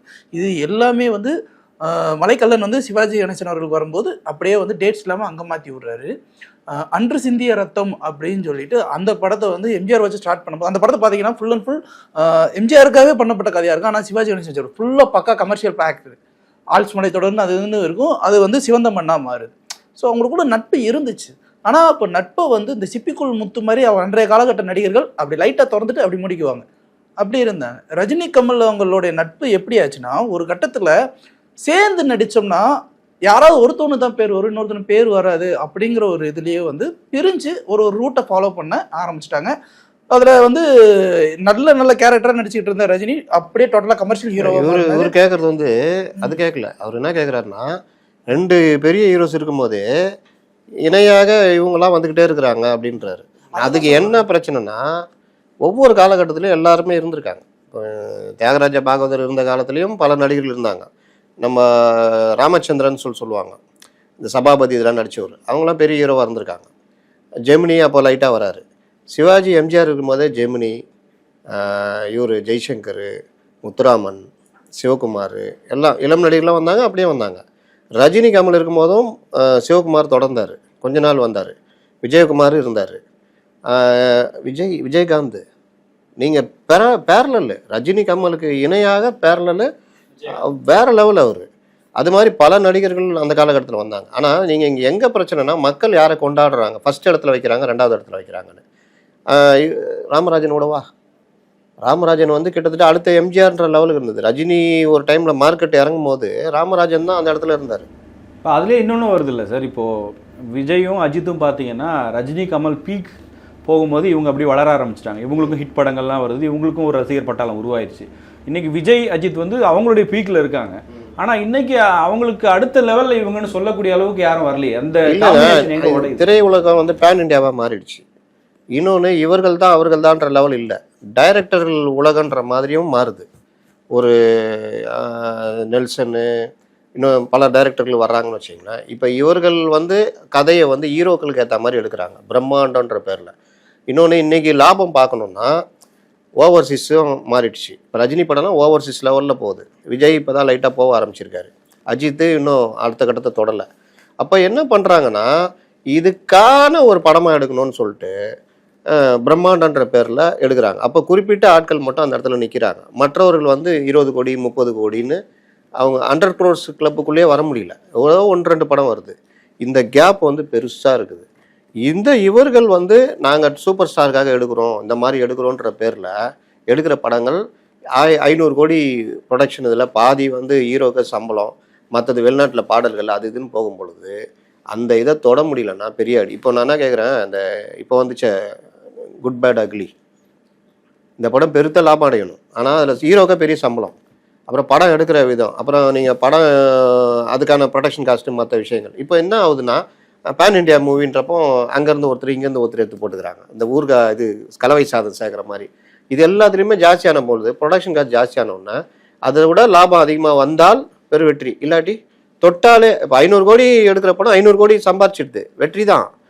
ஆனால் என்ன கணக்கு, லாபம் இருக்கும், படம் ஓடலைங்க. என்ன 3 கோடி 4 கோடியில் விடாமுயற்சி என்ன பாருங்க, நீங்க படம் ஒன்றும் அந்த அளவுக்கு இல்லைங்க, ஆனால் வசூல் இருக்கும்.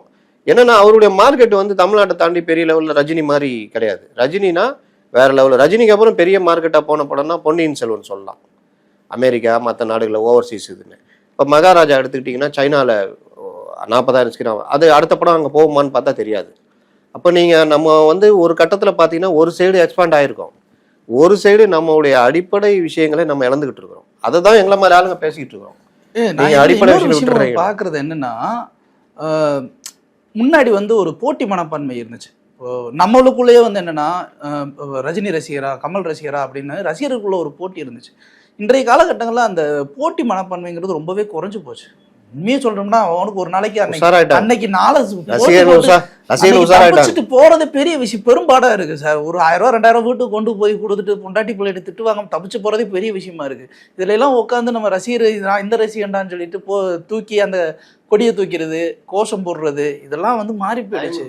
டைமும் இல்லை, ரொம்ப டயர்ட் ஆயிட்டாங்க. அதே மாதிரிதான் இப்ப நடிகர்களுமே, எப்பா உட்காந்து எனக்காக கட்சி கொடி தூங்க, இதெல்லாம் ஒன்றும் வேண்டவே வேண்டாம்.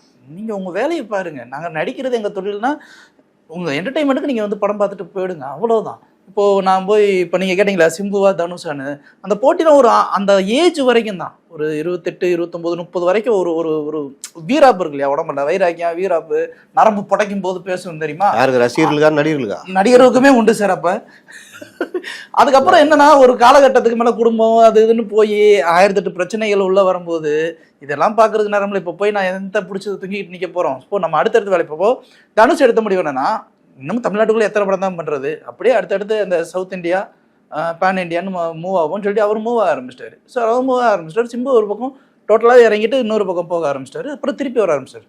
ஸோ 2 பேருக்குள்ள ஒரு புரிதல் வர, சிம்பு ஷூட்டிங் வரது பெரிய விஷயம். இப்போ மாறிட்டார் சார். அதே மாதிரியே தான் இப்போ சிவகார்த்திகேயனும் விஜய் சேதுபதி. சிவகார்த்திகேயன் சின்ன அப்படியே படிப்படியாக உள்ள வராரு. விஜய் சேதுபதி குத்துப்பட்டதுலேருந்து கொஞ்சம் கொஞ்சமாக கேரக்டர் எடுத்து பல்ல வராரு. இந்த போட்டியெல்லாம் யார் ஆரம்பிச்சு வச்சது? நீங்கள் இவங்க 2 பேருமா? இவங்க 2 பேரும் எந்த இடத்துலையுமே வந்து நான் பெரிய ஆள் நீ பெரிய ஆள் ஒரு வார்த்தை கூட பேசவே மாட்டாங்க. இன்னொரு பக்கம் சிவான் சொல்லுவாங்க, இன்னொரு பக்கம் பிரதர்னு சொல்லிக்குவாங்க. அது அந்த சிம்பு தனுஷோட கல்ச்சர்லேயே கொஞ்சம் ஆரம்ப காலகட்டத்தில் இருந்துச்சே தவிர அதுக்கப்புறம் இல்லை. இவங்க கிட்டலாம் அது சுத்தமாக இல்லை. ஏன்னா இன்னைக்கு அவங்களுக்குமே டைம் இல்லை. இப்போ விஜய் சேதுபதி பேன் இண்டியாவில் ஒரு 4 படம் பண்றாரு. ஒரு வருஷத்துக்கு ரஜினி 10 படம் பண்ணாரு. அவங்களோட இவங்கெல்லாம் நிறைய படம் பண்ணிடுறாங்க. அப்போ வந்து போட்டி வந்து ரொம்ப குறைவு, நம்ம பொழுதுபோக்கு சாதனம்ங்கிறது ரொம்ப குறைவு. நமக்கு இது மட்டும்தான் ஆப்ஷன் அப்படின்னும் போது நீங்கள் அதை மட்டும்தான் பார்த்தாகணும். இதை பற்றி மட்டும்தான் சிலாகிச்சு மற்றவங்கள்ட்ட பேசணும். இன்னைக்கு அப்படியெல்லாம் கிடையாது. இன்னைக்கு வீட்டிலே ஒரு 10,000 பஞ்சாயத்து இருக்கு.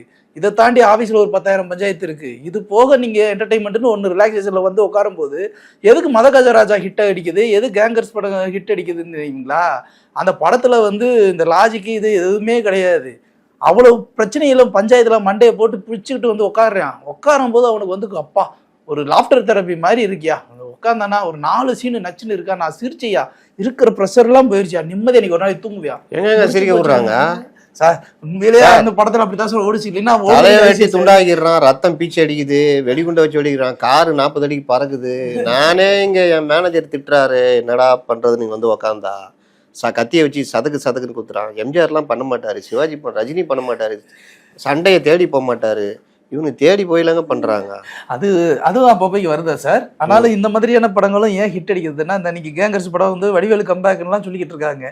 எதுக்கு அப்படின்னா, நிஜமா சொல்றேன், நீங்க வந்து நம்ம சினிமா விமர்சகராக பார்க்கும்போது அது பெருசெல்லாம் நமக்கு பிடிக்காது சார். ஆனா மக்களோட பிரச்சனையை நீங்க பார்க்கும்போது, எப்பா எனக்கு வந்து நீ வந்து இந்த ஆராய்ச்சியெல்லாம் வேணாம், நான் ஒன்றும் பள்ளிக்கூடத்தில் படிக்க வரல, நான் படம் பார்க்க வந்துறீங்க, உட்காந்து படத்தை பார்த்து கொண்டாடுறேன். இப்போ நீங்க சொல்ற அந்த ஸ்டார் வேல்யூ உள்ளவன் அந்த அறுவல் எடுத்து வெட்டுறது குத்துறதெல்லாம் வந்து இந்த ஸ்டார் காஸ்ட் உள்ளவங்க மட்டும்தான் சார் கொண்டாடுவாங்க. ஜென்ரல் ஆடியன்ஸ் கொண்டாட மாட்டாங்க. அவங்களுக்கு என்னன்னா ஓகே அப்படின்ற மாதிரி போயிடுவாங்க. ஆனா இந்த மாதிரி சொல்லிட்டா ரொம்ப சிம்பிளா சொல்றேன். நான் வந்து வீட்டில் குடும்பத்தை கூட்டிக்கிட்டு எல்லாம் கூப்பிட்டு 2000 செலவு பண்ணி டிக்கெட் விலையை விட பாப்கார்ன் விலை ஜாஸ்தி ஆகுது. அதை வாங்கி தின்னா அது 10 நாளைக்கு முன்னே போட்டதாகுது. அதுக்கு போய் சண்டை போட்டு ஒரு ரீல்ஸ் எடுத்து போட்டு அப்புறம் எஃப்எஸ்ஓ அதிகாரியில் கூப்பிட்டு வந்து இது கூல்ட்ரிங்க்ஸை குடித்தா மறுநாள் நம்ம எந்திக்க முடியாத அளவுக்கு அதில் வேறு பிரச்சனை இருக்குது. அப்போ இவ்வளோ துன்பங்களுக்கு நான் ஓடிடியில் பார்த்துக்கிறேன். இன்னொன்று நீங்கள் தான் இன்ஃப்ளூன்ஸ் இருக்கீங்களே, படம் நல்லா இருக்குது, நல்லா இல்லை, சூப்பராக இருக்குது, சூப்பராக. இப்போ அதுலேயே நம்ப மாட்டேங்கிறான், டே இவன் சொன்னால் ஏதோ மேட்ரு இருக்குது பார்க்காத அப்படின்னு. அப்போ இதெல்லாம் பார்த்துட்டு அன்னைக்கே காலி பண்ணுறவன் இருக்கிறான் படத்தை. பாவம் அவன் பல கோடி போட்டு எடுத்துருப்பான். இவன் வந்து தலை முடிஞ்சிச்சு அப்படி இப்படின்னு முடிச்சு விட்டு போயிடுவானுங்க. இதில் இப்போ ஒருத்தர் ரசிகர் வந்து இன்னொருத்தர் ரசிக்க மாதிரியே போய் வெத்து அப்படின்ட்டு ஏங்க இந்த வேட்டையனா ரஜினி லேட்டஸ்ட்டாக வந்த படம் எனக்கு பிடிச்ச அற்புதமான படத்தில் ஒன்று. ஏன்னா நான் அவர் வந்து எப்படி எடுத்திருக்காருன்னா ஒரு மைய கருத்து என்னென்னா என்கவுண்டருக்கு எதிராக எடுத்திருக்காரு. ஹீரோவே இது தப்பு தான் சொல்லிட்டு அப்புறம் ஒரு துப்பறிஞ்சு அவர் கடைப்பிடிக்கிறது. அதில் ஒரு ட்விஸ்ட் கேரக்டர் அமிதாப். அற்புதமான படம் ஓடணும்ல, வசூல் ரீதியாக அவங்க ஒன்றும் பாதிப்பு இல்லை. ஆனாலும் ரஜினி படம்ன்றதில் எதிர்பார்ப்பில் இது குறைச்சல். அப்போ இவங்க வந்து ஒரு கருத்தை உருவாக்குறாங்க, ஒன்றும் இல்லை அதுன்னு சொல்லி காலி பண்ணுறாங்க. ஆனால் ஒன்றும் இல்லாத படத்தை பெருசாக ஓட்டுற யார் பண்ணாங்க. அப்போ இன்ஃப்ளூயன்ஸோடு தான் இருக்குது. ரசிகர்கள் என்னென்னா எல்லாருக்கும் என்னங்க இன்றைக்கி படம் வந்தால் பார்த்துடணும், ஒரு அமௌண்ட்டு மாதம் சம்பாதியத்தில் எடுத்து வச்சிடறான், வந்தவுடனே போய் தேட்டரில் பார்த்துடணும். ஏன்னா தேட்டரில் இப்படி சொன்னீங்களா, தேட்டரில் பார்க்கணுன்னு பார்த்த உடனே மிரண்டுறான். நடா இது இவ்வளோ செலவு பண்ணி வந்து படம் பூரா ஹீரோ அடி வாங்குறாருடா, விடாமுயற்சியில் போட்டு மூஞ்சிலேயே குத்துறாங்க. அது மூஞ்சா இல்லை அது மூட்டையான்னு தெரில, போட்டு குத்தினே இருக்கிறான் என் தலைவனை போட்டு, என்னடா அப்படின்னு. அப்போது அந்த வெறுப்பாகுது இல்லை, அவன் 4 பேர்ட்ட சொல்லுவான். அதுக்கப்புறம் நம்மால் பார்ப்பான், இதுக்கு தாண்டா நான் பார்க்கல, ஓடிடியில் வரட்டும் பார்த்துக்கிறேன், படுத்துக்கினே பார்ப்பேன், நின்றுக்குன்னு பார்ப்பேன், நடந்துக்குன்னு பார்ப்பேன், ஆப் பண்ணிட்டு அரவர் பொறுத்து பார்ப்பேன். இல்லாட்டி தேவையில்லைன்னா பல இது பார்த்தீங்கன்னா பாதியிலே நிற்கும். என்னன்னு கேட்டால் படமா அதுன்னுவாங்க. இப்போ வீட்லேயே இன்ஃப்ளூயன்சர் வந்துட்டாங்க, வைஃபே பார்த்துட்டாங்க படம் பார்க்காதீங்க மோசம், என்ன பாதி படம் பார்த்து மோசங்க அப்படின்னு நம்ம நம்பிடுவோம்.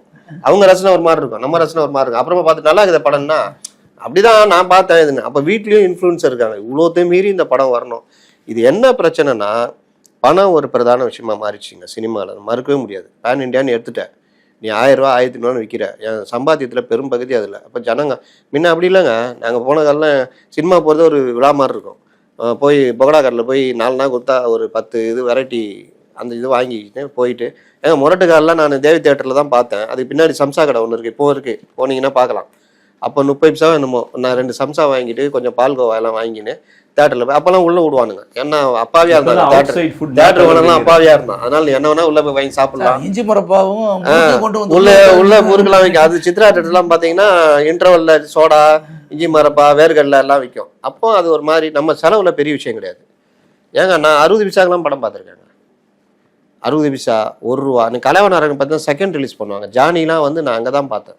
அப்போ அந்த மாதிரி பார்த்த காலம் போய் என் வருமானத்திலே நான் மொத்தமே 15000 ரூபா சம்பாதிக்கிறேன், படத்துக்கு போயிட்டு வந்தால் 3000 ரூபா காலின்னு என்னங்க வருது. சரி 3000 ரூபாய்க்கு ஏதாவது வறுத்து இருக்கான்னு பார்த்தா வயிறியும். ஏண்டா நீ கார் உடைச்சது பஸ் உடைச்சிக்கலாமா, நானாடா காசு கொடுக்கணும், நீ இதில் போய் வெளிநாட்டில் போய் பாட்டு எடுத்தா அதுக்கு நானாடா காசு கொடுக்கணும். இப்போ இது ஒரு பெரிய பிரச்சனை. அதனால தான் ஹீரோ வேல்யூ குறையுதுங்க. ஹீரோக்கு புரியலங்க. நான் என்ன கேட்குறேன், விஜய் வராரு, அது கூட இல்லாம ஒரு ஹீரோக்குன்னு ஒரு வேல்யூ இல்ல சார். இல்லையா நான் கேக்குறேன், நான் ரொம்ப சிம்பிளா கேக்குறேன் இல்லையா, சிவாஜி எத்தனை வெளிநாட்டுல போய் பாட்டு பண்ணாரு, எத்தனை கார்களை உடைச்சாரு, எத்தனை எம்ஜிஆர் எடுத்துக்கங்க இருக்கு சார், எம்ஜிஆர் புதிய பறவையும் எடுத்துங்க, ஏதோ ஒண்ணுங்க மாறிச்சு இல்ல சார், ஏதோ ஒண்ணு ஃபாரின் சாங் போறது குறைச்சிட்டாங்க. முன்னாடி வந்து நம்ம தயாரிப்பாளர் கொன்றுவேன்றான், இல்ல இல்ல இப்ப சாங்கவே குறைச்சிட்டாங்க, ஃபாரின் சாங்ல இப்ப சாங்கவே குறைச்சிட்டாங்க. அப்ப தெரியாது. சரிங்க, இப்ப அடுத்து என்ன பண்றீங்க, விஎஃப்எக்ஸ் சார் விஎஃப்எக்ஸ்லயே பண்றோம் சார்றான். இவர் என்னமோ விஎஃப்எக்ஸ்னா ஏதோ வேற ஒரு விஷுவல் எடிட்டர் வந்து உட்காந்து இதை பண்ணி தருவான்னு நினைச்சேன். அப்புறமா பில்ல பார்த்தோம் தான் ஐயோ என்ன ஏன்னா சார் பாருங்க சார் 10 கப்பல் வர மாதிரி காமிக்கும். அதனால இந்த தயாரிப்பாளர்களுக்கான செலவுகள் ஏத்துறதுல அப்ப பெரிய கம்பெனி மட்டும் தான் நிக்க முடியும் அப்படின்னு. அதுக்கப்புறம் டிஸ்ட்ரிபியூஷன் என்ன பகிச்சிக்கிறியா இல்ல பெரிய படம் தான் தியேட்டரு, மற்றவங்க ஸ்க்ரீனு. ஏங்க 100கணக்கான படம் நீங்க வெயிட்டிங்ல இருக்குதுங்க. சரி முன்ன எப்படி தெரியுமா எடுத்தான், ஓடிடியில எடுத்து ஓடிடியில போடலாம். இப்போ ஓடிடி போயிட்டு வாங்குறாங்க, யாரும் ஓடிடி வாங்குறது இல்லைங்க, குறிப்பிட்ட படங்கள் மட்டும்தான் ஓடிடிக்கு வருது. அப்ப நம்மளே எப்படி ஆகிட்டோம்னா ஓடிடியில வந்தா பாத்துக்கலான்றவங்க இன்னைக்கு நல்ல படத்தை கூட, அதாவது ரொம்ப எளிமையா எடுத்திருப்பான், ஒரு 5 கோடி 3 கோடியில எடுத்திருப்பான், நல்ல படமா இருக்கும். இப்ப லப்பர் பந்து எடுத்துங்க, அந்த மாதிரி படம் கூட நீங்க ஓடிடியில நீங்க இனிமேல் பார்க்க முடியாது. அப்ப நீங்க எங்க தான் போய் பார்ப்பீங்க? அந்த காலம் மாதிரி ஒரு வண்டியை வச்சுட்டு கதை கேளுன்னு இந்த இதுக்குள்ள 5 பேர் உள்ள உட்கார வச்சுருவாங்க, படம் ஓட்டம் பயாஸ்கோப் மாதிரி தான், அப்படிதான் பார்க்கணுமா? அப்ப அவங்க என்ன வருது அடுத்த கட்டத்துக்கான நகரம். அப்ப எப்படி சூப்பர் ஸ்டார் வருவான்னு கேட்குறேன். அது அஜித் விஜயோட தான் முடியும். அடுத்த சூப்பர் ஸ்டார்லாம் கிடையாது. எல்லாம் ஒரு படம் இட்டு, ஒரு படம் கொஞ்சம் இட்டு, ஒரு படம் போயிடுச்சு, அப்புறம் நான் வெப் சீரிஸ் போயிட்டேன், அப்புறம் நான் பேன் இண்டியா நடித்தேன். அப்புறம் இப்போ விஜய் இப்படி விஜய் சேதுபதி எப்படி நடிக்கிறாரு, டக்குன்னு ஒரு வெப் சீரிஸ் நடிக்கிறாரு, இது ஒன்று நடிக்கிறாரு, இன்னும் கேமியோ பண்ணுறாரு. இனி அப்படிதாங்க. இனி ஆமாம், இனி சூப்பர், அதை தான் சொல்கிறேன். இனி நான் இப்படி தான், நான் சூப்பர் ஸ்டாரு, எனக்கு இந்த கதையம்சம் இந்த மாதிரி ரோல்னா இவர் தான் பண்ணுவார், அது எல்லாமே உடையுது. ஆனால் ஒன்று சொல்கிறேன், இதையும் தமிழ் சினிமா கடந்து போகும். ஏன்னா இது தமிழ் சினிமாவுக்கு நல்லதில்லை. கமல் சொன்னார், நான் சொல்லலை. இது மாதிரி வர்றது ஏன்னா அவரே அதில் மாட்டிக்கிட்டு அவருக்கு தெரியாது கிடையாது. படைப்பாளிகளே இல்லாமல் நீங்கள் எதுவுமே பண்ண முடியாதுங்க. படைப்பாளிகள் கையில் தான் திரையுலகம் வாழும். அப்படிதான் வாழ்ந்துருக்குது பல. இப்போ இவர் சார் இவ்வளோ சொன்னார்ல, இப்போ அப்கிரேட்டடாக வந்து ரீசெண்டாக வெறும் ஏஐ இல்லை, நடிகைகளே எல்லாமே ஏஐ தொழில்நுட்பத்திலே ஒரு படமே ரெடி பண்ணி ரிலீஸ் பண்ண போறாங்க. அது தெரியல. ஆஹா ஓஹோன்னு 5 தடவை பார்ப்பான். அப்புறமா டெக்னாலஜியே இல்லாமல் எதுவுமே இல்லாமல் ஒரு படத்தையே ரிலீஸ் பண்ண போகிறாங்க. ஸோ இன்னைக்கு வந்து கதை தான் முக்கியம். ஸோ கதை பிரதானம், என்டர்டைன்மெண்ட்டு அதுக்குள்ளே வேணும். அதுக்கு ஆர்டிஸ்ட் இருக்கணும், ஆர்டிஸ்ட்டுக்கு வேல்யூ இருக்கணும், இந்த ஸ்டார்டம் வேல்யூ வேணும். இதெல்லாம் இன்னைக்கு இருக்கிறதுல கிடையவே கிடையாது.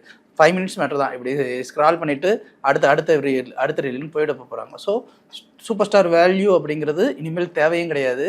இனிமேல் வந்து கண்டென்ட்டு, அந்த கண்டென்ட்டு எவ்வளோ நீங்கள் கிறிஸ்பாக என்கேஜிங்காக கொடுக்க போகிறீங்கன்றதை பொறுத்து மட்டும்தான் மீடியாவே மாறும், மீடியமே மாறப்போகுது.